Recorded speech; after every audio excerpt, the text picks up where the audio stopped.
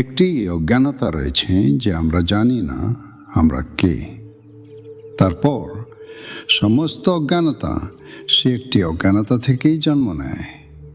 বীজ তো একটি, তারপর বৃক্ষটি বড় হয়ে ওঠে, তখন কত শাখা প্রশাখা হয়, কত ফুল পাতা লাগে, ফল ধরে, এবং তারপর একটি বীজ থেকে আরও অনেক বীজের সৃষ্টি হয়। উদ্ভিদ বিজ্ঞানীরা বলেন একটি ছোট্ট বীজ সমগ্র পৃথিবীকে সবুজে ভরিয়ে দিতে সক্ষম, আর একটি ছোট্ট অজ্ঞানের বীজ মানুষকে পরিপূর্ণ অন্ধকারে ডুবিয়ে দিয়েছে। বীজটি ছোট, এই বোধটুকু নেই যে আমি কে, আর যার এই বোধটুকুই নেই যে আমি কে, সে এরপর যাই করবে তা ভুলেই হবে। যেখানে ভেতরের প্রদীপটাই জ্বলে ওঠেনি, সেখানে তোমার কর্ম ঠিক হওয়ার কোনো সম্ভাবনাই নেই। এবং আমরা সবাই চেষ্টা করি যেন কর্ম ঠিক হয়ে যায়। ঠিক তেমনি যেমন কেউ অন্ধকারে প্রদীপ তো জ্বালায় না, কিন্তু ঠিকঠাক হাঁটার অভ্যাস করে যাতে অন্ধকারে আমি না পড়ে গিয়ে চলতে পারি, ধাক্কা না খেয়ে চলতে পারি, দেওয়ালে মাথা যেন না ফাটে, যখন প্রয়োজন তখন যেন দরজা পেয়ে যাই। আফসোস, জীবন যদি স্থির হতো তবে এটা সম্ভব হতো। আফসোস, এমন যদি হতো যে তুমি একই বাড়িতে চিরকাল থাকতে, একই ঘরে চিরকাল থাকতে, তাহলে ধীরে ধীরে অভ্যাস হয়ে যেত। ধীরে ধীরে তুমি প্রদীপ না জ্বালিয়েই জানতে পারতে দ্বার কোথায়, দেওয়াল কোথায়, জানতে পারতে টেবিল কোথায় রাখা, চেয়ার কোথায় রাখা, জানতে পারতে কোন দিকে যাওয়া উচিত আর কোন দিকে যাওয়া উচিত নয়। তাহলে প্রদীপেরও কোনো প্রয়োজন ছিল না। কিন্তু জীবন প্রতিদিন বদলে যায়, এটাই সমস্যা। এই জীবনের বাড়িটি পরিবর্তনশীল। এখানে একটি ক্ষণের জন্য কোনো কিছু স্থির নয়। এখানে সব কিছু ধারা, সব কিছু বয়ে চলেছে, সব কিছু বদলে যাচ্ছে। তাই গতকাল তুমি যা স্থির করেছিলে তা আজ কাজে আসে না। আজ তুমি যা অনুভব করবে তা আগামীকাল কাজে আসবে না। প্রদীপ তো জ্বালাতেই হবে। জীবনের এই নদী প্রবাহে কেবল অভ্যাস করে নেওয়ার মাধ্যমে কর্মের কোনো ফলাফল পাওয়ার সম্ভাবনা নেই, বরং বিপদ আছে। এমনটা ভাবো যে ঘরটা যদি প্রতিদিন বদলে যেত। রাতে তুমি ঘুমালে আর ঘরটা ঘুরে গেল। যেখানে দরজা ছিল সেখানে দেওয়াল চলে এলো, যেখানে দেওয়াল ছিল সেখানে দরজা চলে এলো।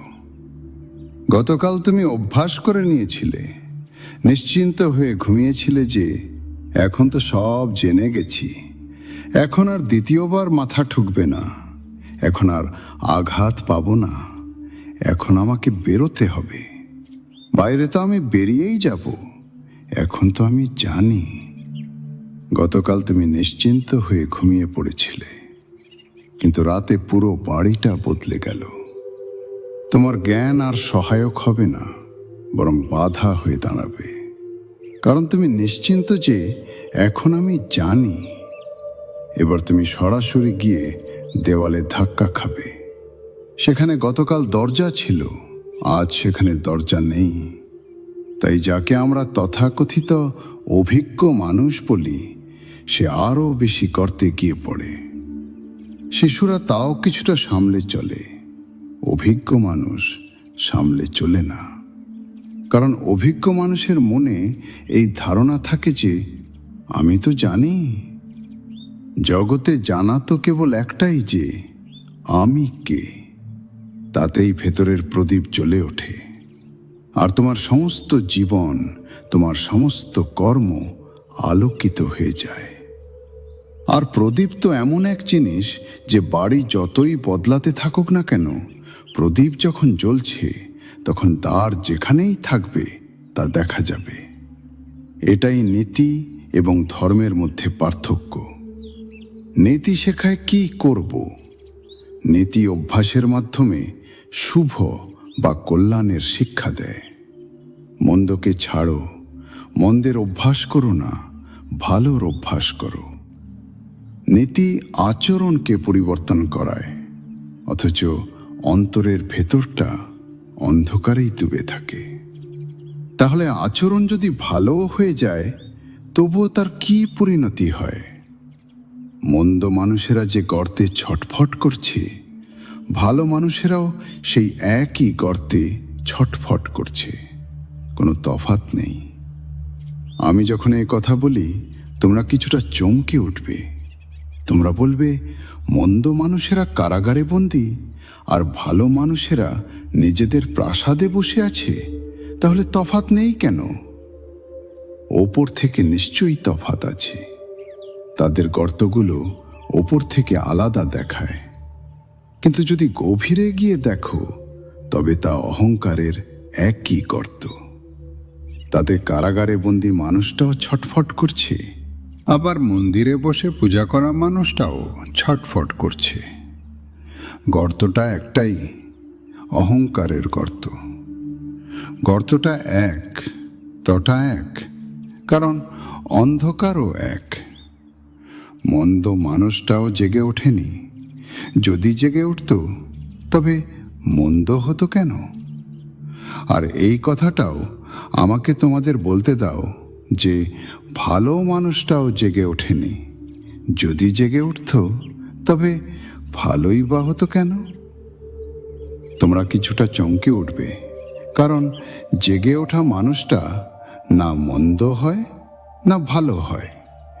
জেগে ওঠা মানুষটা কেবল জেগে থাকে।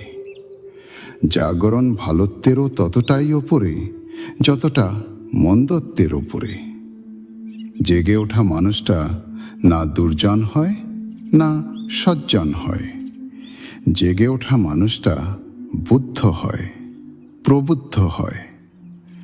বুদ্ধকে কেউ একজন জিজ্ঞাসা করেছিল, আপনি কে?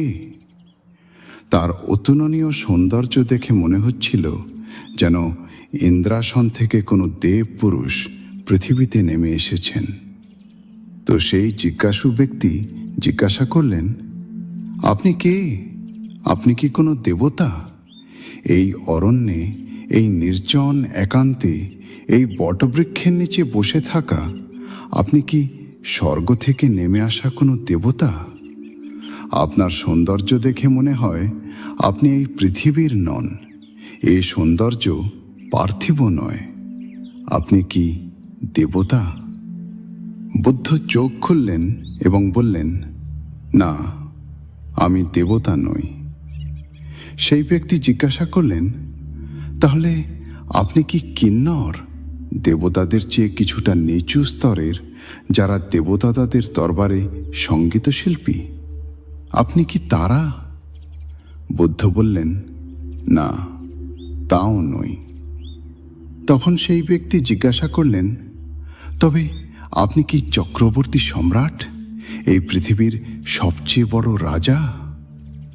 বুদ্ধ বললেন, না, তাও নই। তাহলে আপনি কে? অন্তত মানুষ তো হবেন। সেই ব্যক্তি জিজ্ঞাসা করলেন।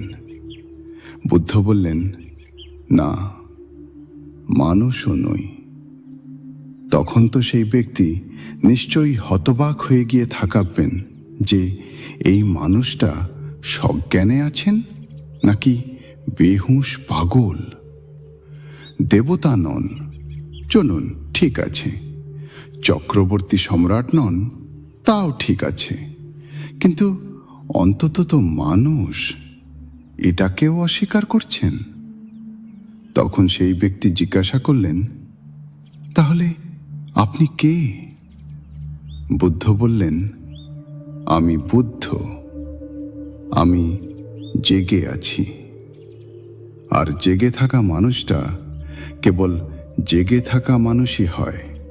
তার আর কোনো সীমা থাকে না, তার আর কোনো সংজ্ঞা থাকে না। বেতারের প্রদীপ যখন জ্বলে ওঠে, তখন তুমি আলোকিত হয়ে যাও। তুমি জেগে ওঠো। জেগে ওঠা মানুষের দ্বারা তো মন্দ কাজ হতেই পারে না, হওয়াই অসম্ভব। আর জেগে ওঠা মানুষের মনে এমন বোধ কিভাবে আসবে যে আমার দ্বারা ভালো কাজ হচ্ছে? যার দ্বারা মন্দ হওয়া বন্ধ হয়ে গেছে তার ভেতর থেকে এই বোধটুকুও মুছে যায় যে আমার দ্বারা ভালো কাজ হচ্ছে। যতক্ষণ তোমার ভেতরে চোর আছে ততক্ষণই তোমার ভেতরে দাতা বা দানীও থাকতে পারে। যেদিন চোর চলে গেল সেদিন দাতাও চলে গেল।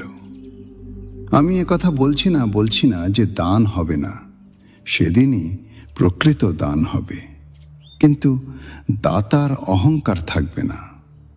তোমার হাত দিয়ে দেওয়া তো হবে, কিন্তু এখন আর দাতার অহংকার তৈরি হবে না। তুমি এই দাবি করবে না যে আমি দানী। তোমার দ্বারা হিংসা তো হবে না, কিন্তু অহিংসার অহংকারও আর অবশিষ্ট থাকবে না। আমি কথা বলছি না যে তোমার জীবনে অহিংসা থাকবে না, অহিংসাই থাকবে, কিন্তু আমি অহিংসক এমন কোনো অন্তঃসার শূন্য ধারণা তৈরি হবে না। যেদিন অসুখ চলে যায় সেদিনই স্বাস্থ্যের কথাও মানুষ ভুলে যায়। তোমরা এটা দেখেছ কিনা, ভেবেছ কিনা? মাথায় ব্যথা হলে মাথার কথা মনে পড়ে। মাথায় যখন ব্যথা থাকে না তখন মাথার কথা কে মনে করে? তোমরা জগতে এমন চিৎকার চেঁচামেচি তো করো না যে আজ আমার মাথায় কোনো ব্যথা নেই, আজ আমার মাথা ব্যথা ছাড়া রয়েছে। তাহলে মানুষ হাসবে, মানুষ বলবে নিশ্চয়ই কোনো সমস্যা আছে, অন্যথায় মাথার কথা কে বলে? যখন ব্যথা চলে গেল তখন মাথাও চলে গেল। ব্যথাতেই বোধ হয়, ব্যথাতেই আঘাত লাগে, ব্যথাতেই কাঁটা ফোটে। যখন রোগ থাকে না তখন স্বাস্থ্যের ধারণাও থাকে না। তোমরা দেখো, স্বাস্থ্যের আলোচনা কেবল অসুস্থ লোকেরাই করে। যে মানুষ স্বাস্থ্যের কথা যত বেশি আলোচনা করবে বুঝবে সে ততটাই অসুস্থ। অসুস্থ মানুষরা প্রাকৃতিক চিকিৎসার বই পড়ে এবং স্বাস্থ্যের ব্যাপারে অনেক বড় জ্ঞানী হয়ে ওঠে। সুস্থ মানুষরা স্বাস্থ্যের খোঁজে লেগে থাকে যে স্বাস্থ্য কি, কিভাবে তৈরি করতে হবে, কিভাবে নয়। স্বাস্থ্যের অর্থই হলো যেখানে অসুস্থতা নেই। তাই অসুস্থতা যদি না থাকে তবে অসুস্থতার ছায়া হিসেবে যে স্বাস্থ্যের বিচার বা চিন্তা ছিল তাও হারিয়ে যায়। পরম সুস্থ মানুষের লক্ষণ হলো তার নিজের শরীরের কোনো বোধই থাকে না। বিদেহ অবস্থা হলো পরম স্বাস্থ্য। সে টেরই পায় না যে শরীর আছে। তোমার কি পায়ের কথা মনে থাকে? যতক্ষণ না পা ঘুমিয়ে পড়ছে, ঝিনঝিনি ধরছে, ততক্ষণ টের পাবে না। যখন পা ঘুমিয়ে পড়বে এবং ঝিনঝিনি ধরবে তখন টের পাবে। পায়ে কাঁটা ফুটলে পায়ের কথা টের পাওয়া যাবে। মাথায় ব্যথা হলে মাথার কথা টের পাওয়া যাবে। সংস্কৃতে দুঃখ এবং জ্ঞান উভয়ের জন্যই একটি শব্দ রয়েছে, বেদনা। বেদ শব্দের অর্থ জ্ঞান, বেদ শব্দের অর্থ যে জানে বা জ্ঞানী। বড় অদ্ভুত শব্দ এই বেদনা। দুনিয়ার কোনো ভাষায় এমন শব্দ নেই। সংস্কৃতির কাছে এমন কিছু শব্দ আছে যা দুনিয়ার কোনো ভাষায় নেই, হতেও পারে না, কারণ যারা এই শব্দগুলো তৈরি করেছেন তারা গভীর অনুভূতি থেকে এগুলো রচনা করেছেন। বেদনা শব্দের অর্থ হলো জানা এবং বেদনা শব্দের অর্থ হলো দুঃখ। যখন দুঃখ হয় তখনই জ্ঞান তৈরি হয়, দুঃখেরই জ্ঞান হয়। তাই বেদনার দুটি অর্থ রয়েছে, দুটি সম্পূর্ণ ভিন্ন অর্থ। দুটোর মধ্যে কোনো মিল দেখায় না, কোথায় জ্ঞান আর কোথায় দুঃখ। কিন্তু দুঃখ ছাড়া তো কোনো জ্ঞানই নেই। যখন দুঃখ চলে গেল তখন জ্ঞানও চলে গেল। তখন এক পরম শান্তি, এক নির্মল শান্তি, যেখানে না কোনো দুর্জন আছে, না সজ্জন, না পাপী আছে, না পুণ্যবান, না নাস্তিক আছে, না আস্তিক। হিংসা গেল, অহিংসা গেল, নীতি গেল, অনীতি গেল, মিথ্যা গেল, সত্য গেল। সেই দ্বন্দ্বগুলো চলে গেল, মানুষ নির্দ্বন্দ্ব হল। এই নির্দ্বন্দ্ব দশা নামই ধর্ম। নীতি দ্বন্দ্বে জড়িয়ে নির্বাচন করায়, বলে হিংসা ছাড়ো, অহিংসা করো, মিথ্যা ছাড়ো, সত্য বলো, চুরি করো না, দান করো, ঘৃণা করো না, প্রেম করো। নীতিকৃত্য কি করতে হবে শেখায়, সঠিক কাজ শেখায়। ধর্ম ধর্ম কর্মের বা কৃত্যের কথাই বলে না। ধর্মের সাথে আচরণের কোনো লেনদেন নেই। ধর্ম হলো এক অপূর্ব বিপ্লব। ধর্ম বলে শুধু ভেতরের প্রদীপটি জ্বলুক, তারপর সব কিছু হয়ে যাবে, নিজের থেকেই হয়ে যাবে, নিজের থেকেই হয়ে যায়। তখন তোমাকে আর কিছু করতে হয় না। তাই পরম জ্ঞানীরা তোমাদের জীবন এবং আচরণের নিয়ম দেননি। তারা তো শুধু কিভাবে ভেতরের প্রদীপটি জ্বালানো যায় তার প্রক্রিয়া দিয়েছেন। সেই প্রক্রিয়ার নামই হলো ধ্যান। তোমরা জিজ্ঞাসা করো যে আমাদের মৌলিক জ্ঞেয়পনা বা মূর্খতা কি? কেন বলা হয়েছে পল্টু অজহু চেত গওয়ার? পল্টু, এখনো সচেতন হরে মূর্খ, এবার তো জাগ। চেত শব্দটিকে বোঝো। চেত শব্দের অর্থে টুলার জাগাও হয়। চেত শব্দের অর্থ চেতনাও হয়। চেত শব্দের অর্থ হলো সাবধান হওয়া। অনেক তো ঘুমালে, এবার চোখ খোলো, জাগো। অনেক ঘুমানো হয়েছে, এ পর্যন্ত তো ঘুমিয়েই রইলে, কখনো মন্দের ঘুমে, কখনো ভালোর ঘুমে। এমনটা ভাবো যে রাতে তুমি স্বপ্ন দেখো। কখনো স্বপ্ন দেখো যে তুমি সাধু হয়ে গেছো, হাতে কমণ্ড নিয়ে ভিক্ষা করতে বেরিয়েছে। আবার কখনো স্বপ্ন দেখো যে তুমি হত্যাকারী হয়ে গেছো, চোর হয়ে গেছো এবং ডাকাতি করতে বেরিয়েছ। নৈতিক ব্যক্তি বলবে, ভালো স্বপ্ন দেখো, সাধু হও, অসাধু হইও না। আর ধর্মীয় মানুষ বলবে, স্বপ্ন তো সব স্বপ্নই, স্বপ্নে তুমি চোরই হও আর সাধুই হও, কি বা এসে যায়? সকালে জেগে উঠে জানতে পারবে দুটোই মিথ্যা ছিল। তাই ধর্মীয় ব্যক্তি বলে, এবার জাগো, স্বপ্ন আর কতকাল বদলাতে থাকবে? এভাবেই আমরা স্বপ্ন বদলে চলেছি। যতক্ষণ না মনের এই অবস্থাকে তুমি ঠিকভাবে খেয়াল করবে, ততক্ষণ তুমি জাগবে না। একজন মানুষ খুব বেশি খাবার খায়, তখন সে হাঁপিয়ে ওঠে। তারপর খাবার থেকে কষ্ট হতে শুরু করে।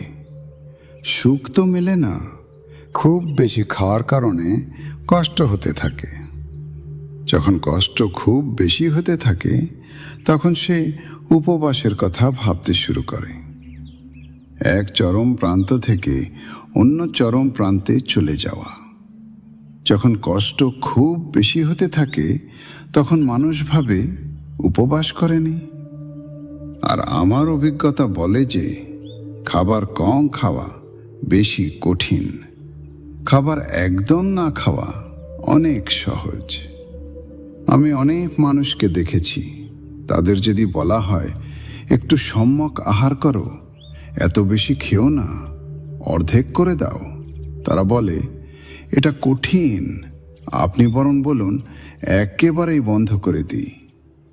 চরম প্রান্তে চলে যাওয়া মনের পক্ষে সহজ, মধ্যস্থলে আসা মনের পক্ষে কঠিন।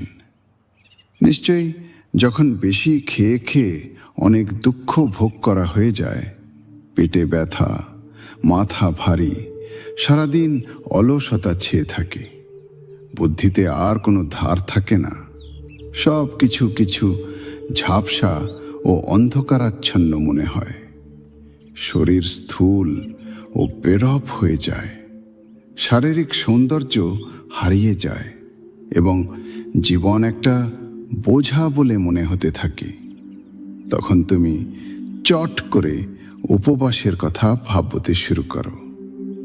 চলো অরুলি কাঞ্চনে গিয়ে উপবাস করে নি। আর তোমাকে উপবাস করানোর মতো লোকও জুটে যায়। কিন্তু তোমার জীবনের আসল দশাটি কেউ বোঝে না, যে সমস্যাটি কোথায়। তুমি উপবাস করে নেবে, কিন্তু কতদিন? কেউ কি জীবনভর উপবাস করতে পারে? 10-5 দিন উপবাস করে বাড়ি ফিরবে, তারপর আবার সেই চচরম খাওয়ার লোভের ওপর গিয়ে পড়বে। কারণ যখনক্ষণ 10-5 দিন উপবাস করলে তখন খাবার আর খাবারের কথাই তো ভাববে, আর কি বা করবে? উপবাসী মানুষ কেবল খাবারের কথাই চিন্তা করে, আর কিছু ভাবতেই পারে না। তার চিত্তে কেবল একটিই ধারা বইতে থাকে, খাবার, খাবার। সে অনেক বড় বড় পরিকল্পনা বানায়। দেখো না, জৈনদের পর্যুষণ উৎসবের পর সোহন এখানে বসে আছে। ওকে জিজ্ঞাসা করো, ও 8 দিন ধরে অট্ঠাই করছিল। ও কি ভাবছিল? ও 9ম দিনের কথা ভাবছিল। 9ম দিন আসছে, এই তো এসেই গেল। জৈনদের পর্যুষণ শেষ হতেই দেখো একদম সবজি বাজারে সবজির দাম বেড়ে যায়। 8-10 দিন কোনো রকমে বলপূর্বক হিংসাত্মক উপায়ে নিজেকে আটকে রেখেছে। কারণ এই উপবাসও এক প্রকার হিংসা। বেশি খাওয়া তো হিংসা বটেই, উপবাস করাও হিংসা। বেশি খাওয়ার মাধ্যমেও তুমি শরীরকে কষ্ট দাও, তাই তা হিংসা। আবার কম খেয়ে বা না খেয়েও শরীরকে কষ্ট দাও, তাই তাও হিংসা। কষ্ট তো তুমি 2 অবস্থাতেই দিচ্ছ। তোমার দুষ্টুমি দূর হচ্ছে না। কখনো ধর্মের নামে কষ্ট দিচ্ছ, কখনো অধর্মের নামে কষ্ট দিচ্ছ, কিন্তু কষ্ট তুমি নিশ্চিতভাবেই দিচ্ছ। 8-10 দিন কষ্ট দিয়ে নিলে সহজে স্বর্গ পাওয়া যাবে। লোভের বশে কোনো রকমে নিজেকে বেঁধে 8-10 দিন কাটিয়ে দিলে। তাই জৈনরা যখন উপবাস করে তখন বেশি সময় মন্দিরে কাটায়, কারণ সেখানে সুবিধা হয়। সেখানে তাদের মতোই নিজেদের কষ্ট দিয়ে বসে থাকা অন্য মানুষদের দেখে স্বস্তি মেলে যে আমরা এই নৌকায় একা নই, আরও পুত্র সওয়ার আছে আমাদের সাথে। একা হলে মানুষের মনে শঙ্কা জাগতে থাকে, সন্দেহ হতে থাকে যে জানি না আমি এটা কি করছি। উপবাসী মানুষকে কোনো রেস্তোরাঁয় গিয়ে বসিয়ে দাও, তার খুব সমস্যা হবে। কারণ সেখানে সবাই খাবার খাচ্ছে, আনন্দ করছে, খাবারের আলোচনা করছে, খাবারের সুগন্ধ ছড়াচ্ছে, যা নাসারন্ধ্রকে উত্তেজিত করছে, খিদেকে জাগিয়ে তুলছে। উপবাসী মানুষ রেস্তোরাঁয় গিয়ে বসে না, মন্দিরে যায়। সেখানে খাবারের দুনিয়া থেকে মানুষ একেবারে দূরে থাকে। সেখানে না খাবারের গন্ধ ছড়ায়, না কেউ খাবার খায়, না কেউ খাবার আনে। আর যারা বসে আছে তারাও কেমন উদাস, মরা সদৃশ। তারাও নিজেদের কষ্ট দিয়ে বসে আছে। সেখানে সহজ হয়। তারপর সেখানে ধর্ম আলোচনা চলছে।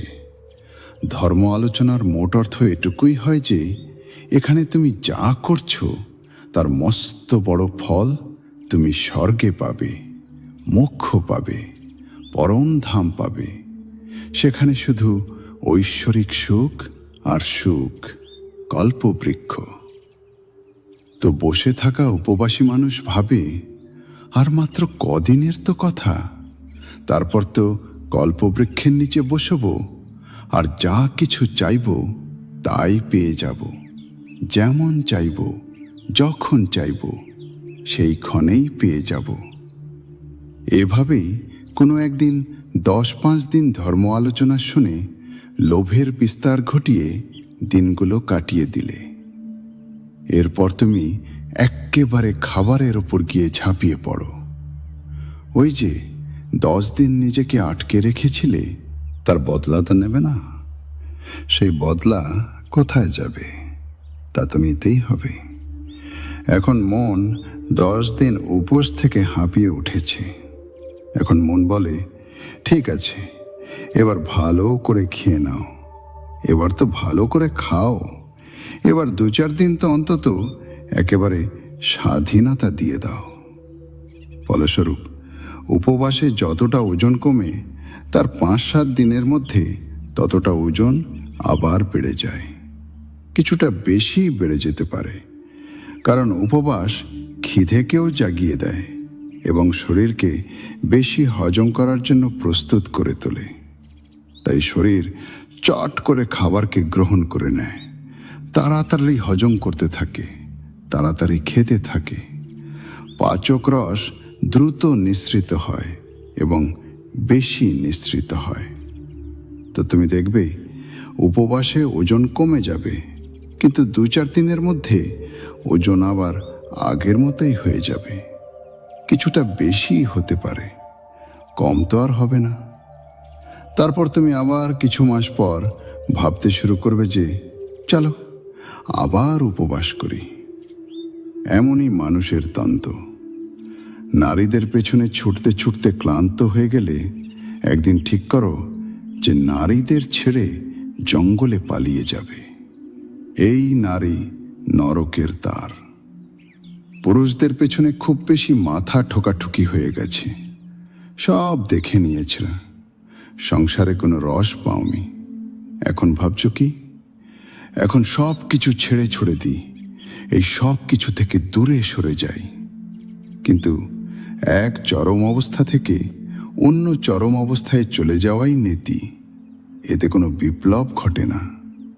চরম অবস্থা থেকে মুক্তিতেই বিপ্লব আছে, মধ্যস্থলে এসে দাঁড়িয়ে যাওয়াতেই বিপ্লব আছে, ভারসাম্যের মধ্যেই বিপ্লব আছে। সম্যকত্বেই হলো বিপ্লব। সম্যক শব্দটিকে বোঝো? তার অর্থ হলো ভারসাম্য, ঠিক মাঝখানে চলে আসা। যেমন দাড়িপাল্লার দুটি দিক যখন সমান হয়ে যায় আর কাঁটাটি মাঝখানে চলে আসে, না এদিকে ঝুঁকলো না ওদিকে ঝুঁকলো, না সংসারে ঝুঁকলো না মোক্ষে ঝুঁকলো, মাঝখানে দাঁড়িয়ে গেল। সেটাই তো পল্টু গতকাল বলেছিলেন যে ইড়া আর পিঙ্গলা আমার দুটি পাল্লা হয়ে গেছে। দুটোর ভারসাম্যকে সত্য নামের ডান্ডি দিয়ে সামলে নিয়েছি। যেমন যেমন তোমার ভেতরে বোধ বা সচেতনতা বাড়বে, তেমন তেমন তোমার ভেতরে ভারসাম্য আসবে, তোমার ভেতরের দ্বন্দ্ব কমে যাবে। এই নির্দ্বন্দ্ব দশার নামই হলো অদ্বৈত। একটি ভুল যে তোমার প্রদীপটি জ্বলে ওঠেনি। আচরণকে শুধরানোর পেছনে খুব বেশি চিন্তা করো না। আর মনে রেখো, আমি কথা বলছি না যে আচরণকে বিগড়ে দেওয়ার পেছনে চিন্তা করো। আমি যখন শুধরানোটাকেই 2 পয়সার মনে করি, তখন বিগড়ে দেওয়াটাকে কিভাবে মূল্য দেব? আমি বলি, আচরণ থেকে দৃষ্টিকে বদলো, গিয়ার বদলো, অন্তর্মুখী হও। ভেতরে অন্ধকার, একে কিভাবে আলোকিত করব? এখানে কিভাবে আলো প্রকট হবে, কিভাবে আলো আসবে? ধ্যান থেকে আলো আসে। ধ্যান হলো জ্যোতি বা আলো জ্বালানোর প্রক্রিয়া। আর মজার বিষয় হলো, সব সাধন তোমার ঘরেই মজুত আছে। ঘরে প্রদীপ আছে, তেল ভরা আছে, সলতে লাগানো আছে, দেশলাইও রাখা আছে। শুধু দেশলাইটা একটু ঘষতে হবে, যাতে জ্যোতি বা আগুন উৎপন্ন হয়। তারপর দেশলাইয়ের সেই আগুন প্রদীপের সলতের সাথে ছুঁয়ে দিতে হবে। ছুঁয়ে দিলেই প্রদীপ জ্বলে উঠবে। তুমি সব কিছু নিয়েই এসেছ। তোমার অন্তরের গভীরে সব কিছু মজুদ আছে। যা হওয়া উচিত তা সবই মজুদ আছে। যা যা জরুরি সবই মজুদ আছে। শুধু একটু সংযোজন বা বিন্যাস করতে হবে। একটুখানি বিন্যাস। তোমার ভেতরে সাক্ষী ভাবের সম্ভাবনা লুকিয়ে রয়েছে। একটুখানি চেষ্টা, নিজেকে একটুখানি ঝাঁকুনি দিতে হবে। সেই ঝাঁকুনি দেওয়াটাকেই পল্টু বলেন অজহু চেত গওয়ার। এবার তো জাগ। অনেক তো ঘুমালে, কত ঘুমালে। ঘুমাতে ঘুমাতে জন্ম জন্মান্তর কেটে গেল, শতাব্দী কেটে গেল, অনন্তকাল কেটে গেল। এবার চোখ খোলো, সত্যকে দেখো, নিজেকে দেখো। দ্বিতীয় একটি প্রশ্ন। সন্ত পল্টু দাস বলেন যে ভাগবত ধনের লুটপাট চলছে এবং যে চায় সেই তা লুটে নিতে পারে। যদি এমনই হয় তবে কেন এই ধনের ধনী কোটি মানুষের মধ্যে কেবল কোনো একজন একাকী ব্যক্তি হতে পারে? ধনের লুটপাট তো চলছেই, কিন্তু তুমি ধন দেখতে পাবে তবে তো। নদী তো বয়ে চলেছে, কিন্তু তোমার তৃষ্ণা জাগবে তবে তো তুমি জল পান করবে।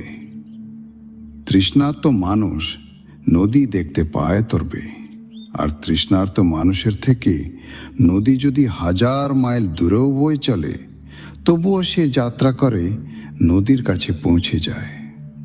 আর যে তৃষ্ণার্ত নয়, তার বাড়ির সামনে দিয়ে যদি গঙ্গাও বয়ে যায় তবুও তার চোখে পড়ে না।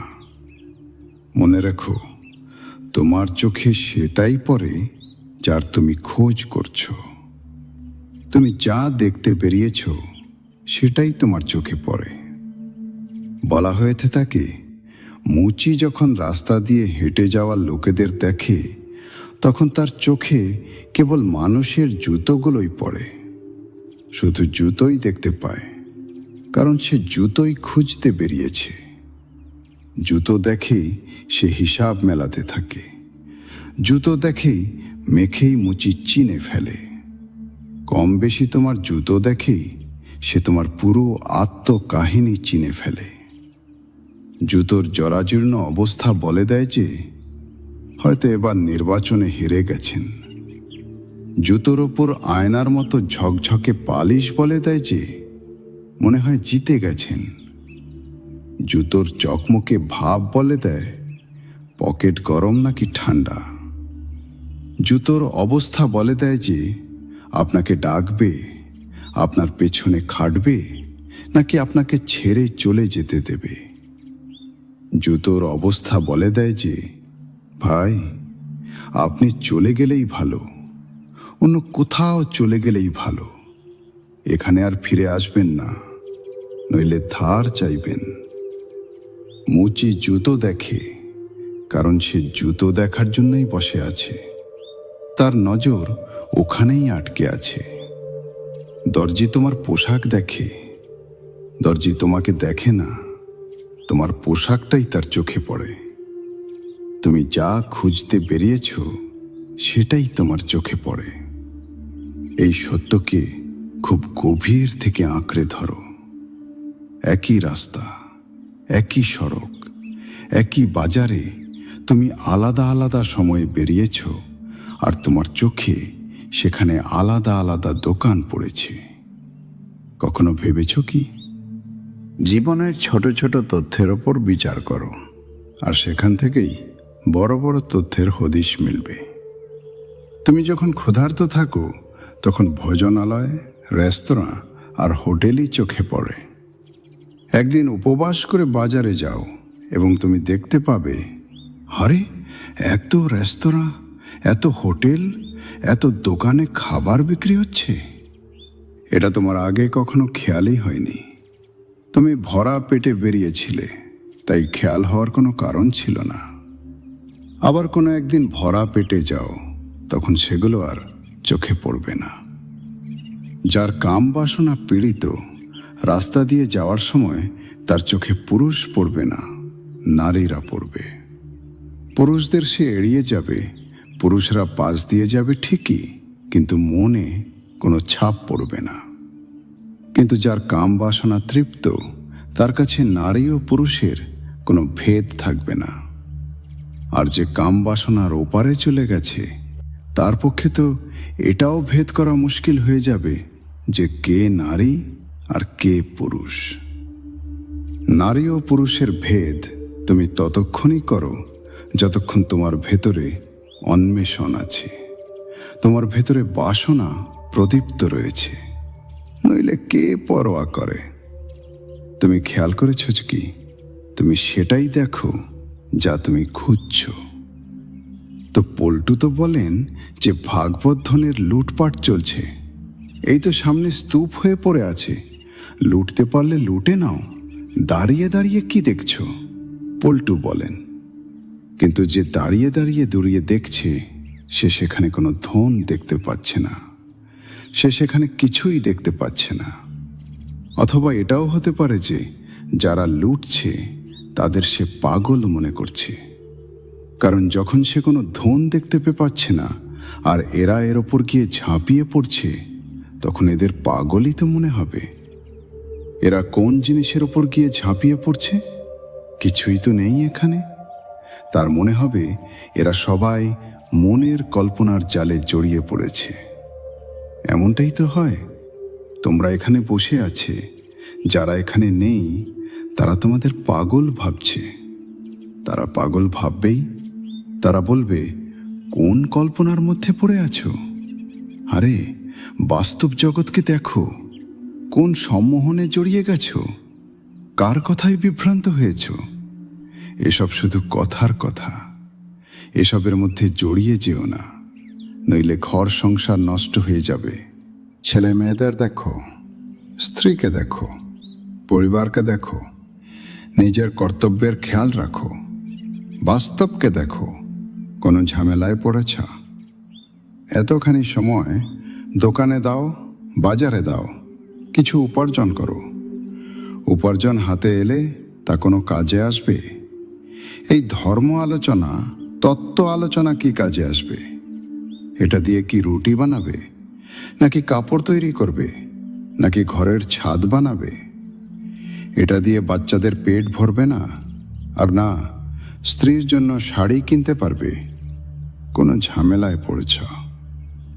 লোকে তোমাকে বোঝায়, লোকে তোমাকে এখনো হয়তো বলছে, এখনো ফিরে এসো, এখনো বেশি দূর যাওনি, নইলে পরে ফিরে আসা মুশকিল হয়ে যাবে। এর মধ্যে বেশি ডুবে যাও না, হোশ বুদ্ধি হারিয়ে ফেলো না। অন্যেরা হারিয়ে ফেলেছে, তাদের কথাও তো ঠিকই, তাদের দিক থেকে তা ঠিকই। তাদের এখানে কিছু দেখতে পাওয়া যায় না। এখানে তো কোনো ধন লুটপাট হচ্ছে না, ধন তো তারা কামাচ্ছে। তোমরা তো এখানে বসে বসে ধীরে ধীরে নির্ধন হয়ে যাবে। তোমার মনে হচ্ছে যে তুমি ধন লুটছ, তো একটা কথা বোঝো, ধন এবং ধনের প্রকারভেদকেও তো দেখতে জানতে হবে। যাদের বাইরের বস্তুর মধ্যে ধন দেখায়, তারা ভেতরের বস্তুর মধ্যে ধন দেখতে পায় না।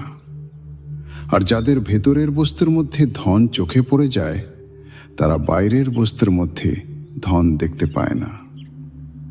বুদ্ধ যখন নিজের রাজপ্রাসাদ ছেড়ে যাচ্ছিলেন, তখন তার সারথি যখন তাকে জঙ্গলে ছাড়তে গেল, সে বুদ্ধের পা জড়িয়ে ধরল। বৃদ্ধ সারথি ছোটবেলা থেকেই বুদ্ধকে রথে চড়িয়ে ঘুরিয়েছে, ছোটবেলা থেকেই বুদ্ধকে বড় হতে দেখেছে। বুদ্ধের প্রতি তারও একটা ছেলের মতো টান তৈরি হয়েছে। সে বুদ্ধের পা জড়িয়ে ধরে বলল, এ কি করছেন? জঙ্গলে কোথায় যাচ্ছেন এই প্রাসাদ ছেড়ে, এই মার্বেলের প্রাসাদ ছেড়ে, ওই সুন্দরী যশোধরাকে, আপনার স্ত্রীকে ছেড়ে, ওই সদ্য জন্ম নেওয়া ছেলে রাহুলকে ছেড়ে, আপনার বৃদ্ধ বাবাকে ছেড়ে আপনি যাচ্ছেন কোথায়?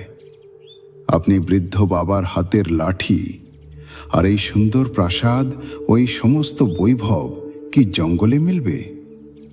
আপনি আমাকে জিজ্ঞাসা করুন, এই বৃদ্ধকে জিজ্ঞাসা করুন। আমি জঙ্গলে অনেক ঘুরেছি, ওখানে কিচ্ছু নেই। আর দুনিয়া তো প্রাসাদের দিকে যেতে চায়।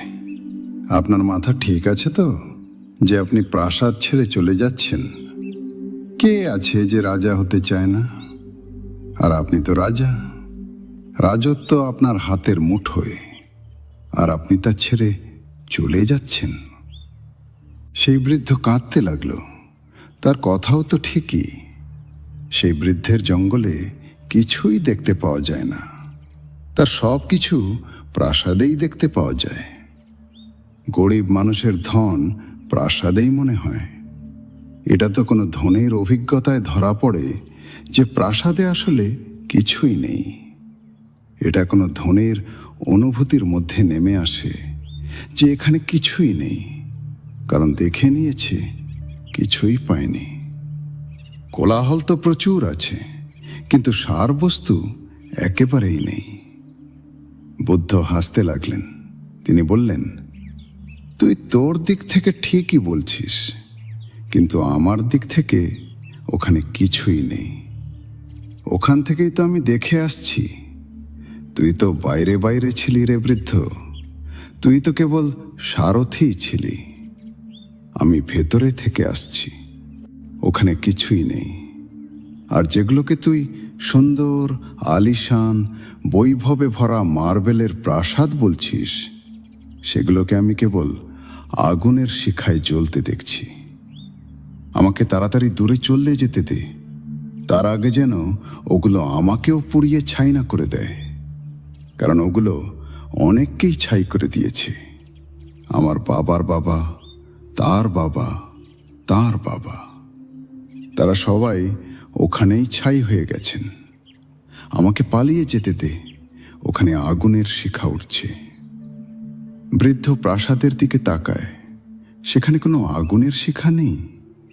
এটা দৃষ্টিভঙ্গির মস্ত বড় তফাৎ।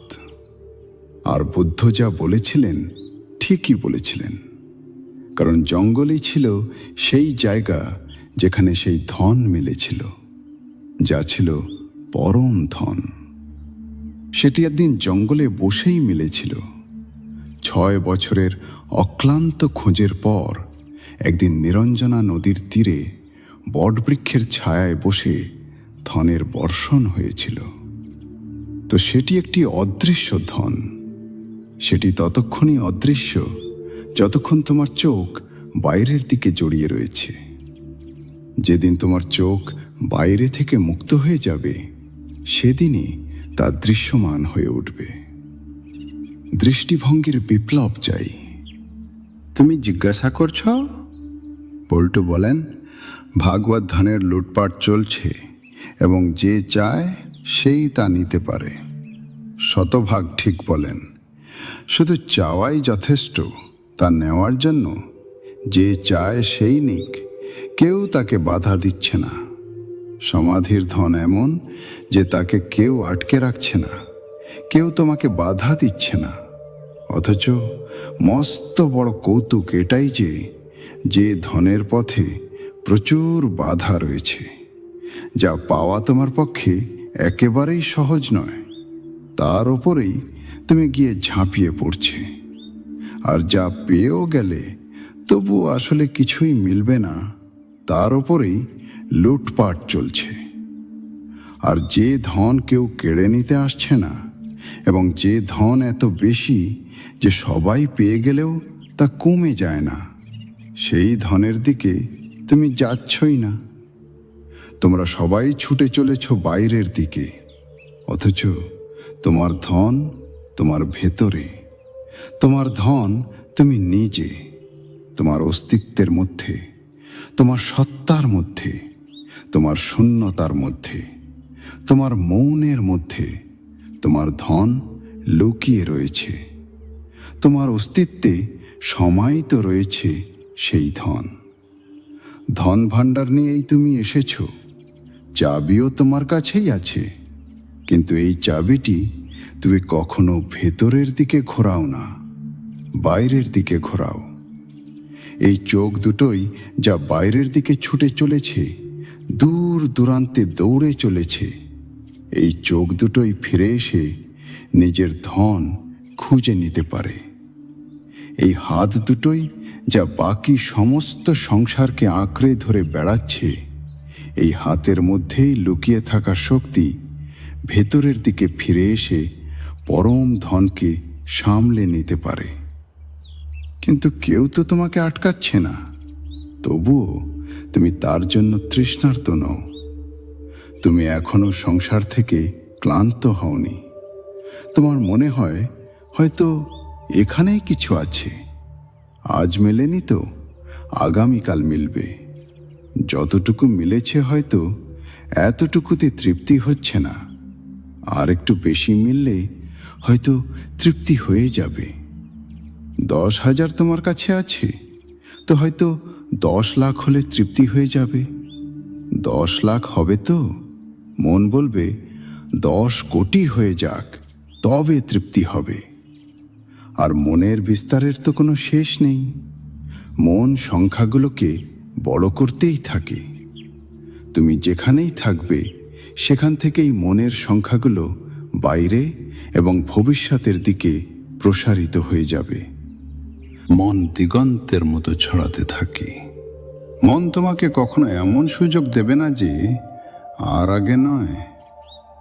মরে যেত মানুষ কবেই আপদ বিপদের কঠিন আঘাতে, যদি না আশা শ্রবণে নিত্য এই বার্তা দিত ভালোবেসে। এই ঢোক গেলে নাও যে সংকট কেটে যাচ্ছে আজ থেকে। সুদিন বা সুন্দর দিন আগামীকালই আসছে। কবেই এই মন মরে যেত আপদ বিপদের কঠিনতম আঘাতে, কিন্তু এই মন আশার প্রদীপ জ্বালিয়ে রাখে। এই মন অনবরত বলে চলে, যদি না আশা শ্রবণে নিত্য এই বার্তা দিত ভালোবেসে। খুব মিষ্টি মিষ্টি কথা বলে এই মন বলে, ভাবনা করো না, খারাপ দিন কেটে গেছে, ভালো দিন আসছেই। এখন আর ফিরে যেও না, এত কাছে এসে ফিরে যেও না। এখন তো একেবারে হাতের মুঠোতেই রয়েছে গন্তব্য। এখন ফিরে যেও না, পাগল হয়েছ। এত দূর চলে এলে এখন কোথায় ফিরে যাবে? এই ঢোক গিলে নাও যে সংকট কেটে যাচ্ছে আজ থেকে। সুন্দর দিন আগামীকালই আসছে। আগামীকাল কখনো আসে না, আর মন বলেই চলে, আসছে আসছে, আর সামান্যই তো দূরে, এই তো এসেই গেল। আগামীকাল কখনো আসে না, আগামীকাল সদা দূরেই থেকে যায়। তোমার এবং আগামীকালের মধ্যে দূরত্ব শাশ্বত, সদা ততটাই থাকবে যতটা চিরকাল ছিল। তাতে কখনো কোনো খামতি পড়বে না। আর মন সদা আগামীকালের কথাই বলতে থাকবে। এই যে মনের ধন, তা আগামীকালের মধ্যে রয়েছে, আর আগামীকাল কখনো আসে না। আর যেটা আসল ধন, তা এখনই আছে, এখানেই আছে, এবং তোমার ভেতরেই আছে, আর তা তোমার সাথেই এসেছে। আসল ধন কখনো হারায় না, শুধু বিস্মরণ ঘটে। আর নকল ধন কখনো মেলেই না, শুধু আশা জাগিয়ে রাখে। তো পল্টু তো ঠিকই বলেন যে চায় সেই নিক। যেদিন চাইবে, যেদিনই স্থির করে নেবে যে ব্যাস হাঁপিয়ে উঠেছি, ক্লান্ত হয়ে গেছি, আর আগামীকালের এই দৌড়াদৌড়ি নয়, আর এই হাপিত্যেশ নয়। বুঝে নিয়েছ মনকে, মনের গণিতটা বুঝে গেছ যে এ তো প্রতিদিন এটাই বলে যাবে যে আগামীকাল, আগামীকাল, আগামীকাল। এই জন্মে নয়তো পরের জন্মে, এখানে নয়তো স্বর্গে, এখানে নয়তো অন্য কোথাও। মন সদা বলে অন্য কোথাও আছে সুখ।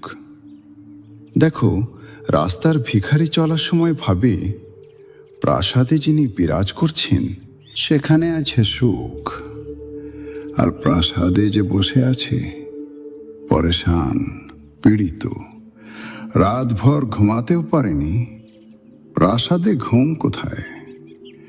যার খিদেও মরে গেছে, প্রাসাদে খিদে কোথায়? যে কোনো রকমে ওষুধের সাহায্যে বেঁচে রয়েছে, সে রাস্তার ওপর হেঁটে যাওয়া ভিখারিকে দেখে ভাবে যে হয়তো এই ভিখারির মস্তির মধ্যেই সুখ আছে। দেখো কেমন মজে হেঁটে চলেছে, একতারা বাজাচ্ছে। দেখেই ভিখারিকে রাস্তার ওপর ঘুমিয়ে থাকতে কড়া রোদের মধ্যে গভীর ঘুমে নাক ডাকছে। আর সে নিজের প্রাসাদে সুন্দরতম বিছানা বানিয়ে রেখেছে, তবুও ঘুমাতে পারছে না। ঘুম অসম্ভব হয়ে গেছে, হারাম হয়ে গেছে। ভিখারিকে দেখে, তার চালচলন দেখে, তার মস্তিষ্কে দেখে, তার নির্দয় ভাব বা নির্ভাবনার রূপ দেখে আমিরের মনে হয় হয়তো সব কিছু ছেড়ে দেওয়ার মধ্যেই সুখ আছে। তোমরাও এমনটাই ভাবো, তাই আমি তোমাদের বলছি, ভাব না। তোমরা সদা এমনটাই ভাবো যে অন্য কেউ সুখ পাচ্ছে।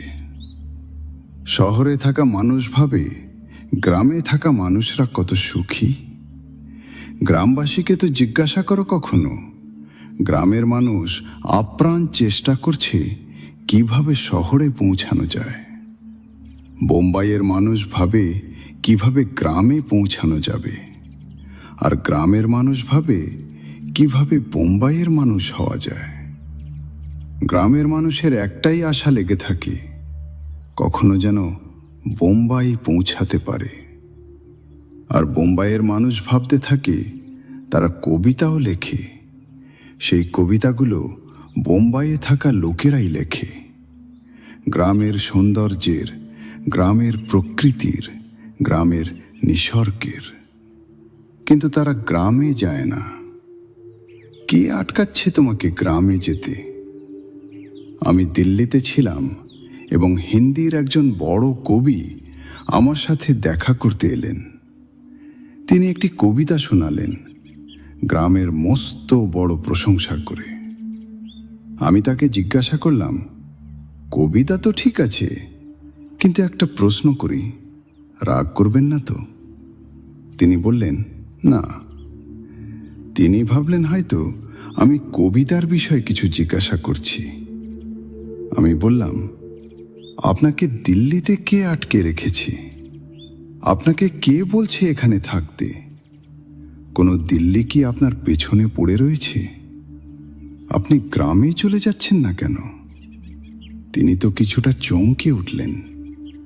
আরও 10-5 জন লোক বসেছিল, তারাও কিছুটা অস্বস্তিতে পড়ে গেল যে এর উত্তর কি দেওয়া যায়। আটকে রেখেছে কে আপনাকে? এখনই বেরিয়ে পড়ুন, টিকিটের সমস্যা হলে। আমি যার বাড়িতে উঠেছিলাম তাকে বললাম, এর টিকিটের ব্যবস্থা করে দিন, একে এবার যেতে দিন। না আছে স্ত্রী, না আছে সন্তান, দিল্লিতেও নিজের ঘরদোর নেই, হোটেলে থাকেন। কেন মিছে কষ্ট পাচ্ছেন? কোনো গ্রামে যেতে চান? আমি তাকে জিজ্ঞাসা করলাম। তিনি বললেন, আপনিও আচ্ছা লোক মশাই, আমাকে কি পাঠিয়েই দেবেন নাকি?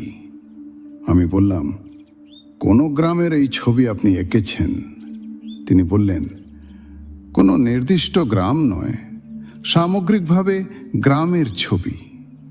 আমি বললাম, তা সত্ত্বেও এটা তো কোনো না কোনো গ্রাম, এ তো কোথাও না কোথাও মাটির উপর রয়েছে। সেখানেই আপনাকে পাঠিয়ে দিই এবং আপনি আর দ্বিতীয়বার দিল্লিতে ফিরে আসবেন না। তিনি বললেন, এ তো কবিতা, আপনিও এটাকে এত গুরুত্ব দিয়ে ফেলছেন? আমি বললাম, আমি তো ভাবলাম আপনি এত পরিশ্রম করেছেন, রাত জেগে কবিতাটি লিখেছেন, কাটাকুটি করেছেন, শব্দ সাজিয়েছেন, তাহলে নিশ্চয়ই এর কোনো অর্থ থাকবে। কে আটকাচ্ছে? কিন্তু এরা গ্রামে যায় না, এরা গ্রাম থেকেই এসেছে এবং এদের খুব ভালো করেই জানা আছে যে গ্রামের সৌন্দর্য কেমন। এখন বর্ষার দিন, তো সেখানে কাদা আর আবর্জনায় ভর্তি, আর মশা আছে, আর ছাড় পোকা আছে, এবং হাজার রকমের রোগ ব্যাধি আছে, আর অনাহার রয়েছে। আর এই সমস্ত প্রকৃতি ও সৌন্দর্য, এসব বকবকানি শহরে বসে থাকা মানুষের মাথায় খেলে। কিন্তু তুমি যেখানে নেই সেখানে সৌন্দর্য দেখা যায়, সেখানে ঘটছে আসল ঘটনা। তুমি যেখানে আছো সেখানে ঈশ্বর যেন এমন অসন্তুষ্ট যে শুধু সেখানেই কিছু ঘটে না, বাকি সব জায়গায় ঘটে। অন্য প্রত্যেকের মুখ তোমার কাছে হাস্যোজ্জ্বল মনে হয়, অথচ তুমিও ভালো করেই জানো যে তুমি যখন বাড়ি থেকে বেরো, আয়নায় মুখ দেখে মুখখানা বানিয়ে নিয়ে তুমিও হাসি মুখে বেরো। তবু তোমার বুদ্ধিতে এটা আসে না যে এভাবেই তো বাকি সবাইও হাসি মুখে বাড়ি থেকে বেরোচ্ছে। এ তো ধোঁকা, কেউ হাসছে না, এরা সবাই কাঁদছে। এ হলো ভেতরের অশ্রুকে লুকিয়ে রাখার এক তরকিব। এ হলো আবরণ, এই হাসি মুখ, কারণ কাঁদাটা বড় অভদ্রতা দেখাবে। আর কেই বা নিজের বেইজ্জতি করতে চায় রাস্তার মাঝখানে দাঁড়িয়ে কেঁদে? কে নিজের দীনতা দেখাবে? লজ্জিত হচ্ছে নিজের কান্নার কারণে, তাই হাসি মুখের প্রলেপ মেখে বেরিয়েছে, লুকিয়ে নিয়েছে জীবনের বলিরেখাগুলো। পাউডারে লিপস্টিকে লালা গিয়ে কোনো রকমে লুকিয়ে নিয়েছে নিজের চোখের অন্ধকার। সুরমা কাজল লাগিয়ে কোনো রকমে সেজে গুজে বাইরে এসেছে। এদের দেখে অন্যরা মোহিত হবে আর ভাববে, অদ্ভুত, এই মানুষটা তো সব কিছু পেয়ে গেছে মনে হয়। এই মানুষটা এমন মস্তিতে হেঁটে চলেছে। একে তো জিজ্ঞাসা করো, এর ভেতরে তো উঁকি মারো। আর এর ভেতরে উঁকি মারার কোনো প্রয়োজন নেই, তুমি নিজের ভেতরে উঁকি মারো। তুমিও তো এটাই করছো। আমরা অন্যকে ধোঁকা দিই এবং এই কারণে সারা দুনিয়া আমাদের ধোঁকা দিচ্ছে। তুমি যা করছো বাকি লোকেরাও সেটাই করছে। এখানে কেউ সুখী নয়, কারণ সুখ তো ভেতরে যাওয়ার মাধ্যমে মেলে। এখানে কেউ ভেতরে যায় বলে মনে হয় না। সবার জীবন শক্তি বাইরের দিকে বয়ে চলেছে, ধনে, পদে, প্রতিষ্ঠায়। দিল্লি চলো, সবাই দিল্লি যাচ্ছে। কোনো রকমে চলো, দিল্লির কাছাকাছি পৌঁছে যাই। দিল্লি পৌঁছাতে না পারলেও রাস্তার কাছাকাছি তো পৌঁছানো গেল। যত কাছাকাছি পৌঁছানো যাবে ততটাই সুখ মিলে যাবে। নিজের ভেতরে আসার মাধ্যমে কেউ সুখকে উপলব্ধ হতে পারে। তখন মুখে হাসির প্রলেপ মাখতে হয় না। তখন এক দীপ্তি বা আভা থাকে, যা সহজভাবে ভেতর থেকে উঠে আসে। তখন এক শান্তি থাকে, যার জন্য কোনো আয়োজন করতে হয় না। জেগে থাকলেও তা থাকে, ঘুমিয়ে পড়লেও তা থাকে, উঠলেও থাকে, বসলেও থাকে, কথা বললেও থাকে, চুপ থাকলেও থাকে। তখন এক আনন্দের তরঙ্গ 24 ঘন্টা বজায় থাকে, যাকে পল্টু বলেছেন হাতে পায়ে একতারা বাজে। সেই সঙ্গীত বাজতেই থাকে। ভেতরের সেই সঙ্গীতকে বাজাতে হয় না, তা বাজছেই। তো তোমার ভেতরে এই ক্ষণেও তা বাজছে। লুটতে পারলে লুটে নাও, কিন্তু লুটপাটের ক্ষেত্রে বাধাটা কি? কোনো বাধা নেই। কেবল এটাই যে তুমি ভেতরে যাও না, তুমি বাইরের দিকে ছুটে চলেছ। তুমি নিজের থেকে ক্রোশ দূর দাঁড়িয়ে আছো। তুমি নিজের থেকে এমনভাবে পালিয়েছ যেমন কেউ নিজের শত্রুর কাছ থেকে পালিয়ে যায়। তুমি নিজের থেকে এমনভাবে পালিয়েছ যেমন কেউ মৃত্যুর কাছ থেকে পালিয়ে যায়। তুমি নিজের কাছেই আসো না, তুমি দূর দূরান্তে চক্কর কাটছ। তুমি চাঁদ তারায় ঘুরে বেড়াচ্ছ, কিন্তু কখনো ঘরে ফেরো না। তোমার নিজের বাড়ি, তোমার নিজের ঘরের পথ বহু জন্ম ধরে না হাঁটার কারণে তোমার কাছে একেবারে অপরিচিত হয়ে গেছে। তাই কোনো গুরু বা শিক্ষকের প্রয়োজন হয়, যিনি তোমাকে ঘরের পথ আবার মনে করিয়ে দিতে পারেন। সমগ্র ধর্ম হল ঘরে ফিরে আসার এক যাত্রা। এ হল পুনরায় প্রত্যাবর্তন। মহাবীর একে প্রতিক্রমণ বলেছেন। আক্রমণ তুমি করছো, এখন আক্রমণের অর্থ হলো ওখানে আছে সুখ, আমি যাব আর দখল করে নেব। আর প্রতিক্রমণের অর্থ হলো ফিরে আসা, পুনরায় ফিরে আসা। ওখানে নেই সুখ, এখানে আছে সুখ, আমি হলাম সুখ, নিজের মধ্যে ফিরে আসব। পল্টু বলেন, এইটা করে শুধু প্রয়োজন যে তুমি চাও। আর চাওয়া কিভাবে তৈরি হবে? চাওয়া তখনই তৈরি হবে যখন তুমি তোমার বাইরের চাওয়ার ঘনীভূত পীড়াকে দেখবে। তুমি কি করছো? যেমনই বাইরের আসল রূপ তোমার চোখে পড়তে শুরু করবে, আর কোনো কারণ নেই যে কেন তার চোখে পড়বে না। তুমি দেখতে চাও না, দেখা থেকে বাঁচতে চাও, এড়িয়ে চলো। প্রত্যেক অনিশ্চয়তায় কিছুটা নষ্ট হই, প্রত্যেক নিষেধে কিছুটা খালি, প্রত্যেক নতুন পরিচয়ের পর দ্বিগুণ অপরিচিত, প্রত্যেক ইচ্ছার পর নতুন ভাবাবে পীড়িত, প্রতিটি অনির্দিষ্ট পদক্ষেপ নির্দিষ্টের সমীপবর্তী হয়, প্রতিটি আসক্তির পর মন উদাসীনতায় ঘিরে। জাগো এবং একটু দেখো। প্রতিটি অনুরক্তি আমাকে এমনভাবে কাটিয়ে দেয় যেন পুনরায় বাঁচার জন্য কোনো ভবিষ্যৎ আর অবশিষ্ট থাকে না। কতবার তুমি সেই সব সুখের আস্বাদ পেয়েছ যেগুলোকে তুমি এখনো পাওয়ার আকাঙ্ক্ষায় মগ্ন রয়েছ? তারপর কি মিলল? একটু পরখ করে দেখো, একটু যাচাই করো। একজন সুন্দরীর প্রেমে পড়ে গিয়েছিলে, কিংবা কোনো সুদর্শন পুরুষের প্রেমে পড়ে গিয়েছিলে। তারপর তো মিলে গেল সেই সুন্দরী নারী। তারপর কি হলো? একবার পেছনে ফিরে দেখো, বিশ্লেষণ করো, তারপর কি হলো? কোথায় হারিয়ে গেল সৌন্দর্য? কোথায় হারিয়ে গেল সেই সুন্দরী নারী? কোথায় হারিয়ে গেল প্রেম? হাতে শুধু ছাই রয়ে গেল, জ্বলন্ত অঙ্গারটুকুও নয়। আর এখন আবার তুমি পরিকল্পনা করছো। মোল্লা নাসিরুদ্দিনের স্ত্রী মারা গেলেন, তো তার এক বন্ধু 3-4 দিন পর জিজ্ঞাসা করল, মোল্লা, তোমাকে খুব দুঃখী মনে হচ্ছে। তোমার দুঃখ দেখে তো এমন মনে হচ্ছে যে তুমি আর দ্বিতীয়বার বিবাহ করবে না। মোল্লা বললেন, ক্ষমা করবেন, আমার জীবন ভরের অভিজ্ঞতা এই যে অভিজ্ঞতার উপর সদা আশার বিজয় হয়ে যায়। অভিজ্ঞতার উপর আশার বিজয়। বন্ধু ঠিকই বলছিল, কিন্তু মোল্লা জীবনের এক গভীর অভিজ্ঞতা জানাচ্ছিলেন। তিনি বলছেন, অভিজ্ঞতার উপর আশার বিজয় হয়ে যায়।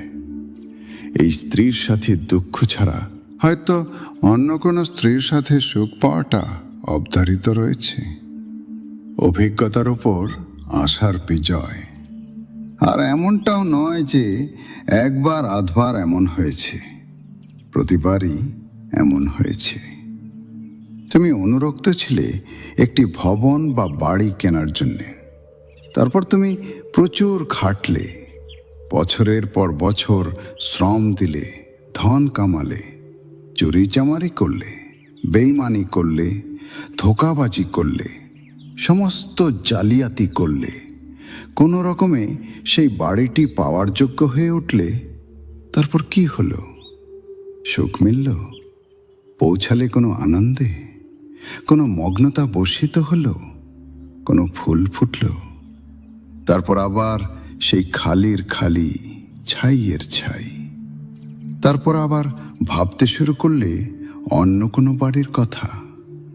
এভাবেই তুমি জীবনের প্রতিটি অভিজ্ঞতা দিয়ে পার হয়েছ, বহুবার পার হয়েছ। কিন্তু তুমি অভিজ্ঞতা থেকে শেখো না, অভিজ্ঞতার উপর আশার বিজয় হয়ে যায়। যদি অভিজ্ঞতা থেকে শিখতে, তবে তুমি দেখতে পেতে প্রত্যেক অনিশ্চয়তায় কিছুটা নষ্ট হই, প্রত্যেক নিষেধে কিছুটা খালি, প্রত্যেক নতুন পরিচয়ের পর দ্বিগুণ অপরিচিত। তুমি তোমার স্ত্রীর কাছে অপরিচিত হয়ে গেছো কিনা, এটা আমাকে ভেবে বলো। একটু ভাবো নিজের ভেতরে। পরিচয় গড়ে তুলতে গিয়েছিলে, ভেবেছিলে বিবাহ করে এর সাথে পরিচিত হয়ে যাবে, কিন্তু পরিচয় কি হলো? 30-30 বছর ধরে মানুষ স্বামী স্ত্রীর মতো থেকেছে, অথচ অপরিচিত, আর সামান্যতম একে অপরকে চেনে না। আর বিন্দুমাত্র দুজনের মধ্যে সামঞ্জস্য গড়ে উঠতে পারেনি, সঙ্গীতের সুর উঠতে পারেনি, দুজনের সুর ও তাল মেলেনি। পরিচয় কোথায়? যতদিন একসাথে থাকবে তত অপরিচিত হয়ে যাও।